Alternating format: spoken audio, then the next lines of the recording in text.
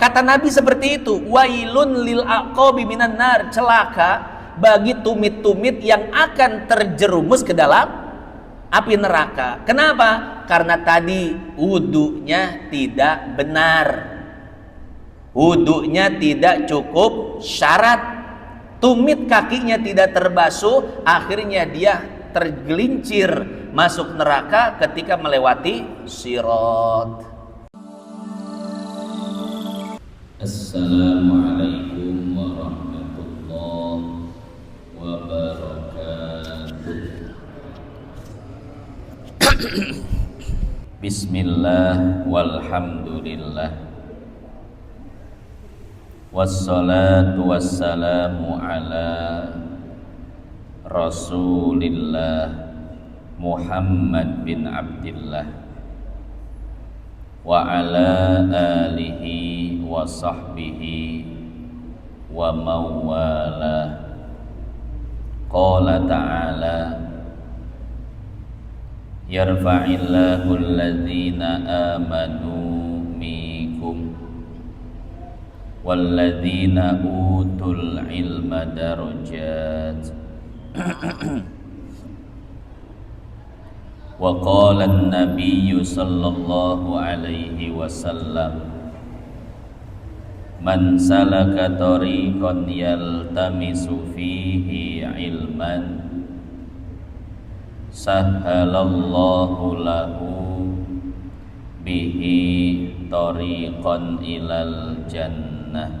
Hadirin hadirat jamaah yang dimuliakan Allah, pada kesempatan kali ini kita akan melanjutkan kajian kita pada kitab hadis Mukhtasar At-Targhib wa Tarhib yang dikarang oleh Al-Imam Syekhul Islam Ahmad bin Ali bin Hajaril Asqalani, atau yang lebih dikenal dengan sebutan Syekh Ibnu Hajar Al-Asqalani.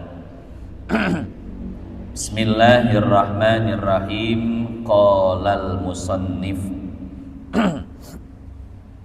pengarang kitab ini mengatakan, at-targhibu fi takhlilil asabi'i, anjuran untuk menselang-seling jari jemari, baik jari jemari tangan atau jari jemari kaki. Dianjurkan untuk diselang-seling, digosok-gosok ketika sedang berwudu. Wa tarhibu min tarkihi wa tarkil isbagi, dan ancaman bagi orang yang meninggalkannya dan meninggalkan penyempurnaan wudu. Artinya, apa dampak dari tidak menyempurnakan wudu? Apakah wudunya masih dianggap sah atau tidak dianggap sah? Hadirin hadirat jamaah yang dimuliakan Allah, pada pembahasan kali ini ada 4 hadis yang dicantumkan oleh Syekh Ibnu Hajar. Hadis yang pertama, An Abdillah ibni Amrin, dari sahabat Nabi yang bernama Abdullah, anak dari seseorang yang bernama Amr, maka disebut Abdullah bin Amr. Anna Rasulullah sallallahu alaihi wasallam ra'a qauman wa aqabuhum taluhu. Satu ketika Rasulullah sallallahu alaihi wasallam melihat beberapa orang yang sedang berwudu, akan tetapi air wudunya tidak sampai pada tumit-tumit kaki mereka. Tumit itu bagian mana, Pak? kaki bagian belakang. Ini nih, apa bahasa kitanya? Paragi ngajejak batur, tah tumit ngaranna. Kaki bagian belakang. Rasul melihat beberapa sahabat yang berwudu, tapi tumitnya tidak terbasuh air wudu. Faqala, lalu Rasul bersabda. Apa sabda beliau? Wailun lil aqabi minan nar. Celakalah seseorang yang berwudu, namun air wudunya tidak sampai pada tumit-tumit mereka. Asbigul wudu'a, oleh karenanya ketika kalian berwudu, hendaklah kalian menyempurnakan wudu. Rawahu Muslimun wa Abu Dawud wal lafdzulah. Hadis ini diriwayatkan oleh Imam Muslim dan Imam Abu Dawud. Titik. Bapak Ibu yang dimuliakan Allah, itulah hadis yang akan kita jelaskan pada kesempatan kali ini.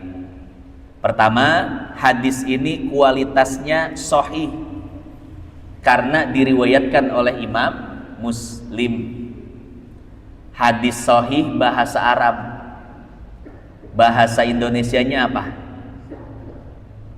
Informasi yang valid yang berasal dari Nabi Shallallahu Alaihi Wasallam. Sementara informasi hoaks, bahasa Arabnya hadis maudhu', hadis hoaks, hadis palsu. Jadi sudah pernah kita jelaskan bahwa hadis terbagi menjadi 3 tingkatan: sahih, hasan, dhaif, maudhu. Sahih dan hasan itu hadis yang valid, yang bisa diterima, bisa dijadikan sandaran akidah, sandaran hukum, dan sandaran fadhailul a'mal. Sementara hadis dhaif adalah hadis yang kurang valid, bukan tidak ya, kurang. Sementara hadis yang tidak valid atau hadis hoaks itu adalah hadis maudhu yang disebut dengan hadis palsu. Nah, hadis yang akan kita jelaskan pada kesempatan kali ini adalah hadis sahih yang diriwayatkan oleh Imam Muslim dan Imam Abu Dawud, yang sanadnya bersambung kepada sahabat Nabi yang bernama Abdullah bin Umar. Abdullah bin Umar ini ahli ibadah, Bapak Ibu. Sampai-sampai puasanya itu setiap hari. Tidak ada istilah makan, makannya malam saja, buka dan sahur. Bahkan malam pun beliau gunakan untuk beribadah kepada Allah. Tidaklah beliau tidur, melainkan hanya beberapa waktu saja. Jadi tidurnya sedikit, makannya sedikit. Malam digunakan untuk beribadah, siangnya digunakan untuk berpuasa. Makanya Abdullah bin Amr ini orangnya kurus sekali, bisa dibilang kurus kering. Kemudian Nabi mendapatkan laporan dari sahabat yang lainnya bahwasanya Abdullah bin Amr ini puasanya setiap hari sampai-sampai kurus kering. Lalu Abdullah bin Amr ini dipanggil oleh Nabi dan dimarahi, Bapak Ibu. Hei Abdullah, inna li jasadika alaika haqqan wa li ahlika alaika haqqan. Wahai Abdullah, sesungguhnya jasadmu punya hak. Dia berhak makan, dia berhak minum, dia berhak tidur, dia berhak disenangkan. Maka jangan engkau siksa dirimu dengan berpuasa setiap hari. Diomelin Abdullah bin Amr sama Nabi karena puasa tiap hari. Begitu pula dengan keluargamu. Keluargamu punya hak. Punya hak untuk diajak bicara, ngobrol, jalan-jalan, ke pasar bersih, naik odong-odong. Bahasa kitanya begitu Pak ya. Akhirnya apa? Abdullah bin Amr pun dimarahi oleh Nabi. Jangan begitu Abdullah. Kalau mau tahajud, tahajud seperlunya. Jangan sampai tidak tidur. Jangan sampai tidur sedikit. Tubuhmu punya hak. Tidur yang banyak, tidur yang cukup. Kalau ingin berpuasa, jangan puasa setiap hari. Sebulan cukup 3 hari kata Nabi. Kalau tidak cukup juga, sebulan 7 hari. Tidak cukup juga, ya sudah, puasa Nabi Daud. Sehari puasa, sehari tidak, sehari puasa, sehari tidak. Tapi Abdullah bin Amr tetap ngotot pengen puasa tiap hari. Kata Nabi, sungguh wahai Abdullah, tidak ada puasa yang lebih afdol daripada puasa Nabi Daud alaihi salam. Hendaklah engkau berpuasa Nabi Daud, 1 hari puasa, 1 hari tidak, 1 hari puasa, 1 hari tidak.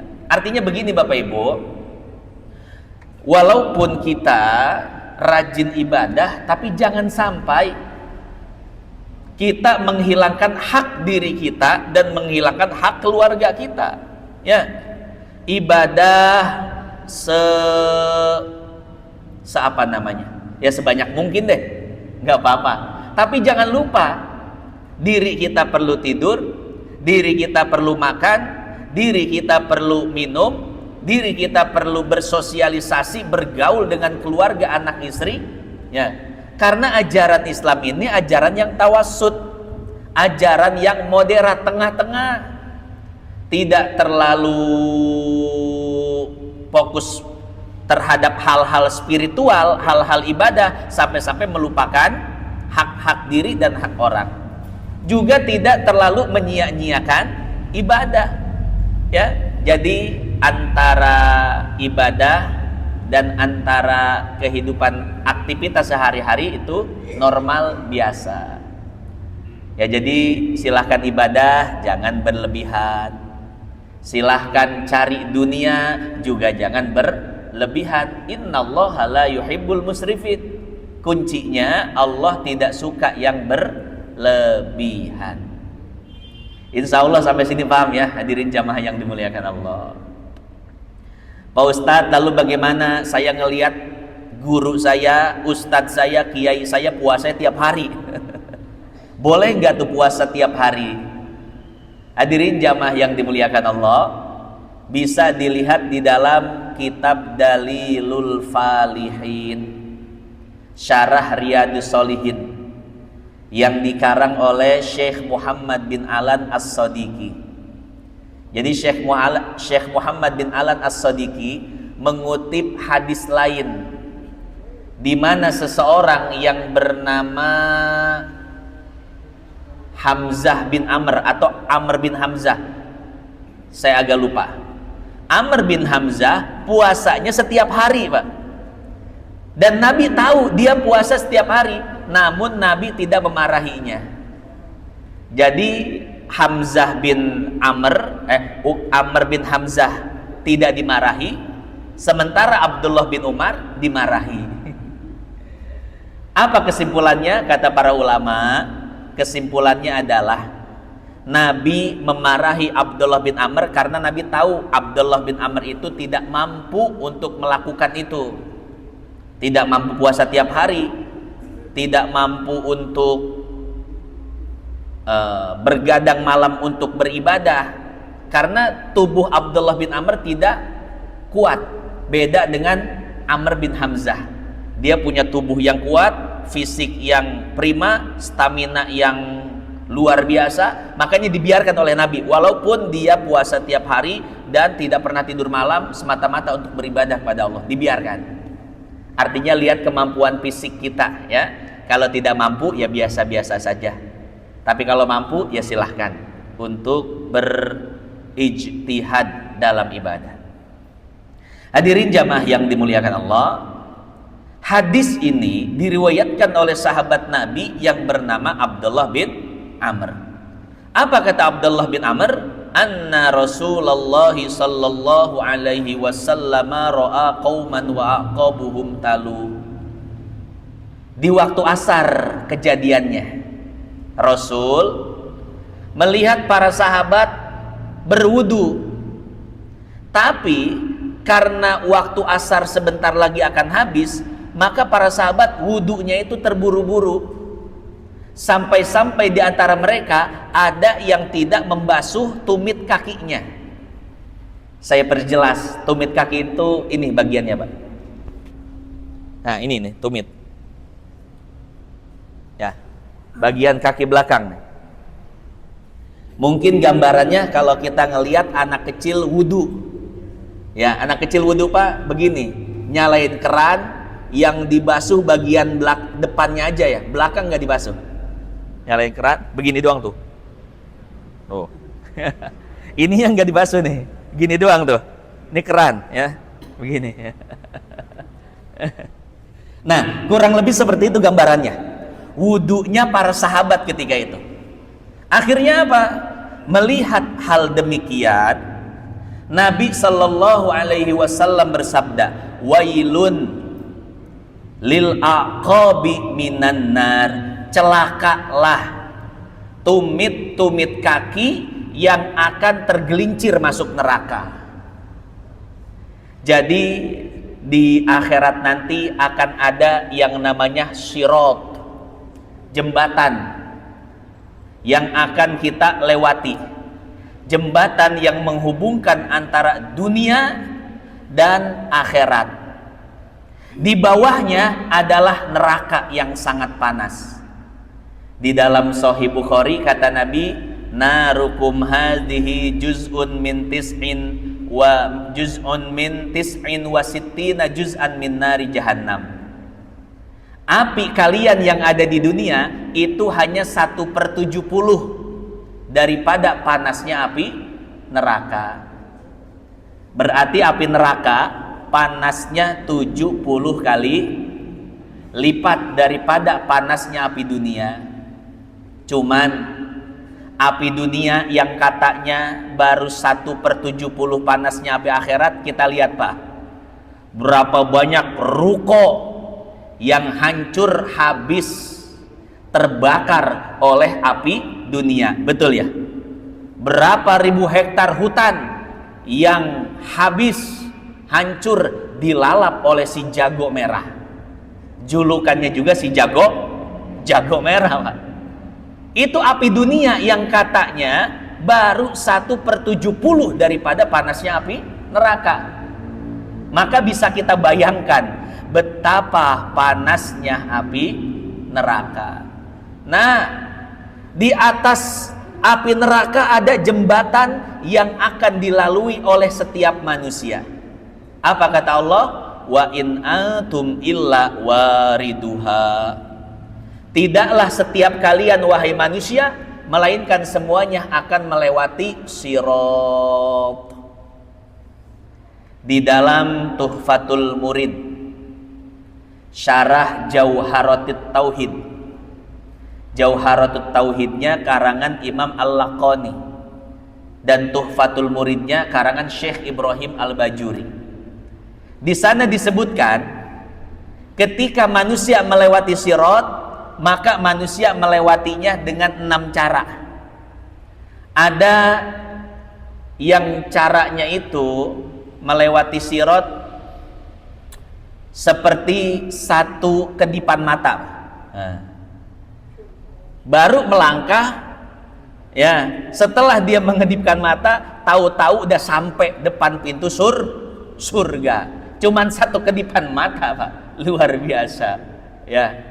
Siapakah mereka? Ya, mereka orang-orang soleh, para nabi, para rasul, para wali, ya, orang-orang yang solehnya zahir, batin. Ini orang-orang yang paling mulia, melewati sirat hanya dalam satu kedipan mata. Yang kedua, ada lagi orang yang melewati sirat kal barqil khatib, seperti sambaran petir, kecepatan cahaya. Ini kecepatan yang paling cepat adalah kecepatan cahaya. Malaikat terbuat dari cahaya, makanya malaikat itu teleportasinya cepat luar biasa. Beda sama kita. Kita terbuat dari tanah, tanah itu berat, makanya kita ini lambat, Pak. Jin lebih cepat dari kita. Kenapa? Terbuat dari unsur api. Malaikat lebih cepat lagi, terbuat dari unsur cahaya. Nah, golongan kedua melewati sirat seperti kilatan petir, seperti cahaya. Golongan yang ketiga melewati sirat dengan cara berkendaraan. Wallahu a'lam kendaraannya apa ya. Tapi Allah sediakan kendaraan untuk dia naiki dalam rangka melewati sirat. Kalau kita teliti hadisnya, saya dapat hadisnya di dalam kitab At-Talkhisul Habir yang dikarang oleh Syekh Ibnu Hajar Al-Asqalani. Beliau menukil hadis ini dari kitab Nihayatul Matlab fi Dirayatil Madhab yang dikarang oleh Imam Al-Haramain. Jadi bunyi hadisnya begini, kata Nabi, "Adhimu dohayakum fa innaha ala sirati matoyakum." Perbesarlah hewan kurban kalian, karena sesungguhnya hewan yang kalian kurbankan itu tidak sia-sia. Dia akan dijadikan tunggangan ketika kalian melewati sirat. Cuman kata Syekh Ibnu Hajar, maknanya bukan berarti menunggangi hewan yang kita sembelih. Mentang-mentang kurban sapi jadi naik sapi gitu, ngelewatin sirat. Kurban kambing naik kambing. Kalau kambingnya gede, kalau kecil ya kasihan dia. Maknanya adalah, kata Syekh Ibnu Hajar, orang tersebut dimudahkan dalam melewati sirat. Makanya nanti di Idul Adha, Bapak Ibu, kalau ingin berkurban, cari hewan kurban paling besar, paling gemuk, paling sehat, paling afdol. Karena itu adalah amalan yang dapat mempermudah kita melewati sirat. Jadi melewati sirat seperti menunggangi kendaraan, aman, Pak. Karena seperti yang kita tahu, yang namanya sirat di bawahnya api neraka jahanam, yang panasnya 70 kali lipat daripada panas api dunia. Bahkan dalam satu riwayat disebutkan, api neraka ini tidak memiliki cahaya, gelap, warnanya hitam dan tidak ada cahayanya. Api dunia masih enak, mati lampu nyalahin lilin terang. Tapi api neraka tidak ada cahayanya sama sekali, gelap, Bapak Ibu. Ya.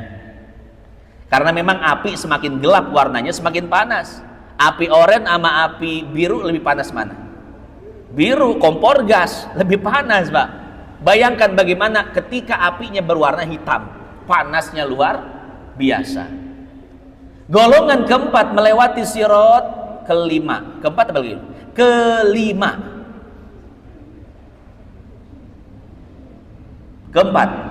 Kelima. Melewati sirat dengan cara berjalan. Siapakah mereka? Ya, yang amal solehnya pas-pasan dah ya. Sholat cuman separdu-pardunya, puasa sewajib-wajibnya, kira-kira begitu. Amalan sunnahnya dikit, jalan. Disuruh jalan sama Allah. Tapi mending jalan, masih selamat. Yang khawatir, yang keenam, melewati sirat dengan cara merangkak. Ini orang-orang yang amalnya sedikit. Sholat munker daek doang, puasa munker eueuh nu ngajak dahar. Banyak meninggalkan perintah-perintah Allah dan Rasulnya. Merangkak, tidak sampai ujung, di tengah jatuh ke dalam jurang api neraka. Nauzubillah, jangan sampai kita jadi yang keenam ya. Nah hadirin jamaah yang dimuliakan Allah, kata Nabi seperti itu, wailun lil aqabi minan nar, celaka bagi tumit-tumit yang akan terjerumus ke dalam api neraka. Kenapa? Karena tadi wudunya tidak benar, wudunya tidak cukup syarat, tumit kakinya tidak terbasuh, akhirnya dia tergelincir masuk neraka ketika melewati sirat. Makanya PR kita Bapak Ibu adalah menyempurnakan wudhu. Semua anggota wudhu kita basuh dengan sempurna. Wudhu jangan tergesa-gesa. Kuncinya apa? Kuncinya terus menuntut ilmu. Terus hadir di majlis-majlis ilmu. Karena ibadah tanpa ilmu, maka ibadah tersebut tidak akan diterima. Apa kata Ibnu Ruslan dalam Zubad? Wa kullu man bighairi ilmin ya'malu a'maluhu mardudatun la tuqbalu. Setiap orang beramal tanpa ilmu, ibadahnya rajin Pak, tapi taradayak ngaji. Ayat gitu di dia ayat. Ibadah rajin tapi nggak pernah mau hadir majlis taklim, miskin ilmu, sehingga apa yang terjadi? Ibadah yang dilakukan tanpa ilmu, maka ibadahnya tidak akan diterima dan tidak berlaku.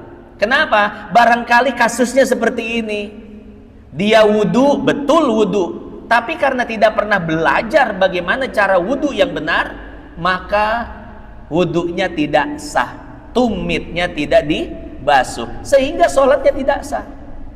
Kalau sholatnya tidak sah, maka seolah-olah dia tidak pernah melaksanakan sholat. Ini baru satu hadis Bapak Ibu. Saya kasih hadis kedua, riwayat Imam Bukhari dan Muslim kalau tidak salah. Ada seseorang yang melaksanakan sholat, dan sholatnya itu cepat sekali. Setelah sholat dipanggil oleh Nabi, wahai fulan, kesini. Iya wahai Nabi, ada apa? Irja fasolli fa innaka lam tusolli. Sholat lagi, karena sesungguhnya engkau belumlah sholat. Akhirnya dia sholat lagi Pak, dengan sholat sama seperti sholat yang pertama. Sholatnya cepat, Allahu Akbar, Allahu Akbar, Allahu Akbar, Allahu Akbar, Allahu Akbar. Cepat sekali sholatnya, tidak ada tumak ninahnya. Setelah sholat dipanggil lagi oleh Nabi, irja fasolli fa innaka lam tusolli. Wahai fulan, sholat lagi. Akhirnya dia pun sholat lagi dengan sholat yang sama, cepat, tidak ada tumak ninahnya. Dipanggil lagi oleh Nabi, irja fasolli fa innaka lam tusolli. Sholat lagi karena engkau belum sholat. Kata orang ini, Nabi, saya udah 3 kali sholat, kenapa engkau masih menyuruhku untuk melaksanakan sholat? Wahai Nabi, ajarkanlah saya bagaimana tata cara sholat yang benar. Lalu diajarkan oleh Nabi, ya fulan, wahai fulan, idza shallaita fa'asbigil wudu. Sebelum sholat sempurnakanlah wudu. Wudu yang benar, yang sesuai dengan yang diajarkan oleh Rasul. Kemudian setelah wudu fakabbir, takbir. Bis takbir baca Quran. Kemudian kata Nabi, farka hatta tatma'inna raki'an. Ruku dan bertumaninah saat ruku. Kemudian kata Nabi, faida roka'ta fakum hatta ta'tadilla qa'iman.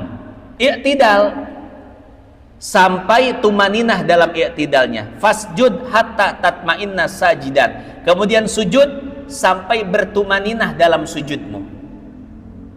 Summak'ud, kemudian duduk hatta tatma'inna jalisan, sampai engkau bertumaninah dalam dudukmu.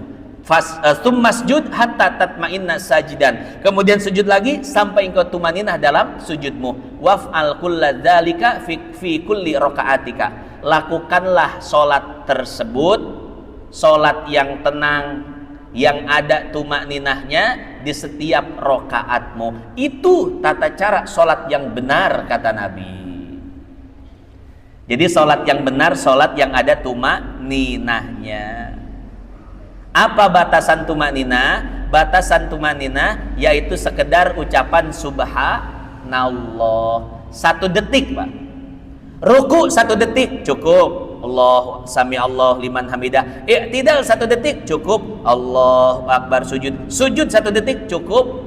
Yang penting ada waktu sekedar mengucapkan subhanallah. Cukup. Itu namanya tumaninah. Yang tidak sah itu yang tidak ada tumaninahnya. Allahu akbar, Allahu akbar, Allahu akbar, Allahu akbar, Allahu akbar, Allahu akbar. Seperti terawih di Jawa itu. Di daerah mana itu ya? Terawih 20 rakaat 10 menit. Wah, luar biasa, jamaahnya 1000. Bahkan di tahun-tahun ini jamaah sampai 3000, Pak. Bayangkan 20 rakaat cuman 10 menit. Cuman masalahnya kesian aki-aki. Makanya jamaahnya anak muda semua, Pak. Oh, sekalian olahraga.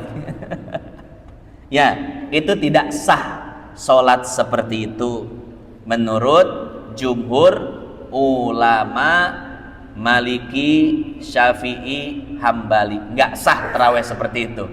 Ya, apalagi jika itu dilakukan pada sholat fardu. Maka sholat itu harus ada ilmunya. Kalau tidak ada ilmunya, maka kejadiannya seperti tadi. Irja' fasolli fa innaka lam tusolli. Hei fulan, sholat lagi. Karena sesungguhnya sholatmu yang tadi tidak sah. Kenapa? Karena tidak ada ilmunya. Bahkan Bapak Ibu, ada hadis yang lebih ngeri lagi.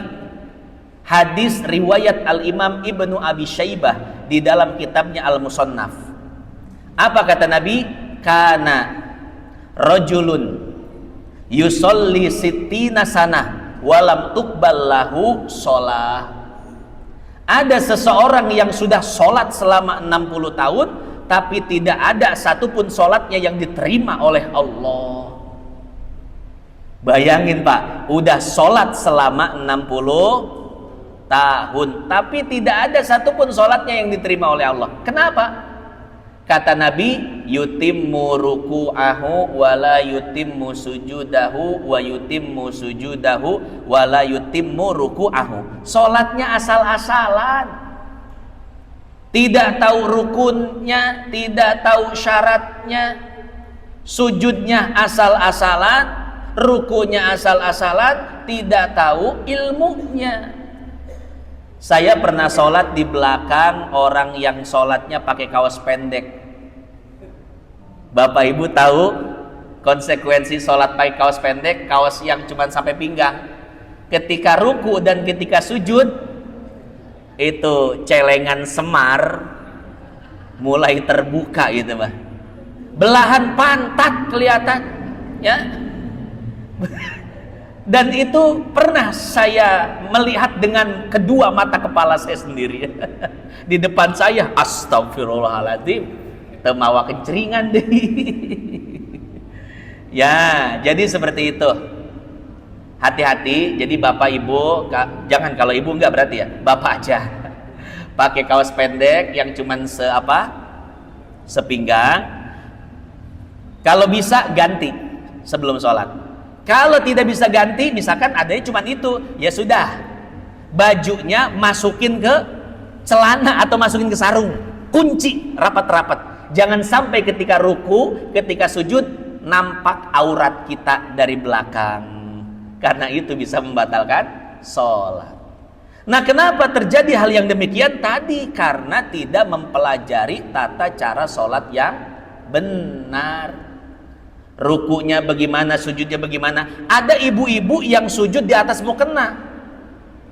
Banyak ya Bu ya. Ketika mau sujud, mukenanya itu digelar tuh bawahnya. Kan panjang mukena, digelar di bawah. Contoh, ini mukena ya panjang ya. Ketika mau sujud, Allah, mukenanya digelar. Ya, yang panjang tuh. Maka si ibu sujud di atas mukena.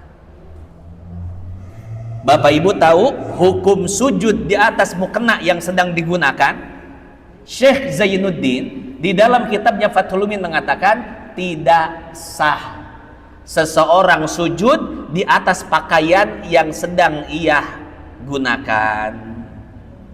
Nggak sah Bu sholatnya. Kenapa? Karena mukenanya sedang digunakan. Beda kalau mukena enggak digunakan. Mukenanya misalkan dua, ibu, yang satu dipakai, yang satu buat alas, nggak apa-apa. Yang tidak dipakai, tidak digunakan, dijadikan alas, boleh hukumnya. Begitu pula sorban bagi laki-laki, pakai sorban. Kemudian sujud di atas sorban yang sedang digunakan, tidak sah. Sorbannya panjang, Pak. Pas sujud, sorbannya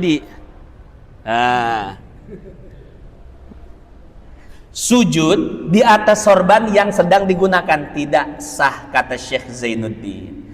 Kecuali sebelum sujud di atas sorban itu, sorbannya dilepaskan.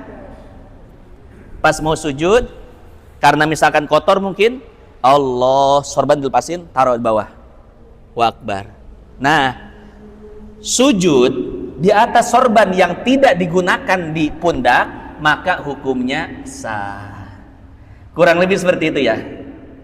Hadirin hadirat jamaah yang dimuliakan Allah, itulah penjelasan hadis riwayat Muslim terkait orang yang tumitnya tidak dibasuh ketika wudhu. Kata Nabi, dia akan terjatuh ke dalam api neraka. Dan pelajaran yang dapat kita ambil adalah bahwa pentingnya mengkaji ilmu agama agar kita selamat di akhirat ya. Kalau biar hidup tenang di dunia, ya pakai ilmu dunia. Bapak ibu pengen tenang nih hidup di dunia, ya harus punya ilmu dunia. Paham listrik, insya Allah Pak. Orang kalau listrik di rumahnya korslet minta tolong sama bapak. Kayak dihargain lah ya. Iya, tukang listrik dapat rezeki dari keahliannya tentang listrik. Tukang apalagi dagang dapat rezeki dari keahliannya berdagang. Jadi hidup di dunia butuh kepada ilmu duniawi. Dan hidup untuk selamat hidup di akhirat, maka butuh kepada ilmu agama. Kata Imam Syafi'i, man aradad dunya fa'alaihi bil ilmi. Barang siapa yang menginginkan dunia, pengen hidup seneng di dunia, hidup kecukupan di dunia, harus punya ilmu duniawi. Atau bahasa lainnya, harus punya keahlian. Hidup mah yang penting punya keahlian Pak, bukan ijazah. Ijazah mah bisa palsu.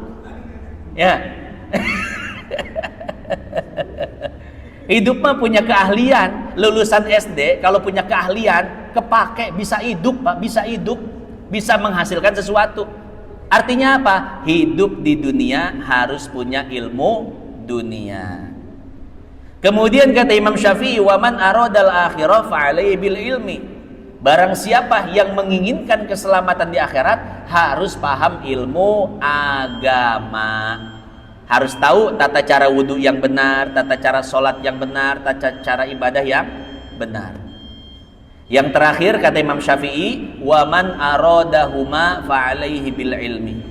Barang siapa yang menginginkan kedua-duanya, di dunia ingin hidup senang, di akhirat pengen hidup selamat, maka hendaklah dia memiliki dua ilmu tersebut, ilmu duniawi dan ilmu ukhrawi, ilmu agama. Titik sampai situ Bapak Ibu yang dimuliakan Allah.